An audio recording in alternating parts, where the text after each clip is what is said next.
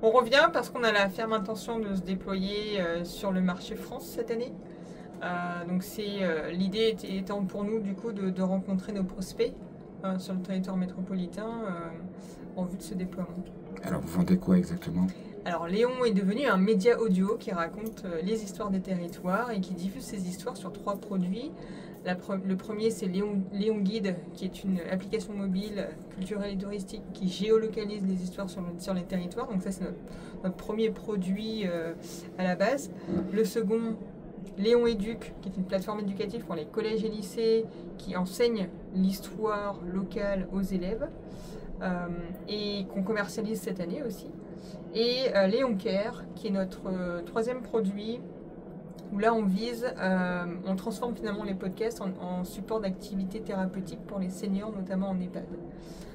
Et donc on est venu présenter déjà ces 2 nouveaux produits et puis conquérir le marché France à travers nos marques qu'on accompagne déjà. C'est-à-dire que les histoires que vous racontez à La Réunion, vous pouvez les décliner avec des histoires d'autres territoires, en métropole ou ailleurs. Tout à fait. On est déjà présent sur 4 territoires, La Réunion, Mayotte, l'île Maurice et la Thaïlande.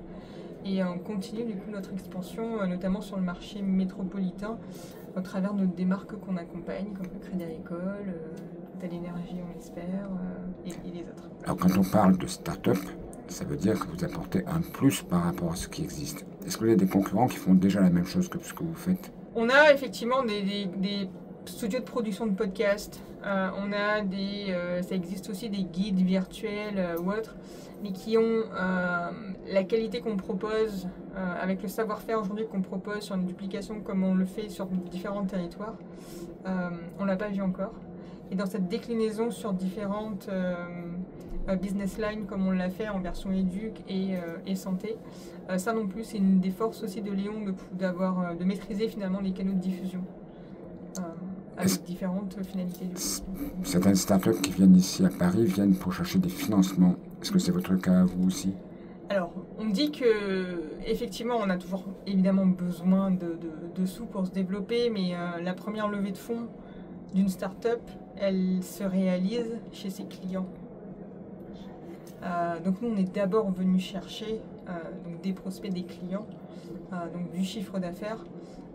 On a toujours fonctionné comme ça. On vient de clôturer une toute première levée de fonds. On continue à bootstrapper. C'est un peu dans notre stratégie et on arrive à le faire. Donc,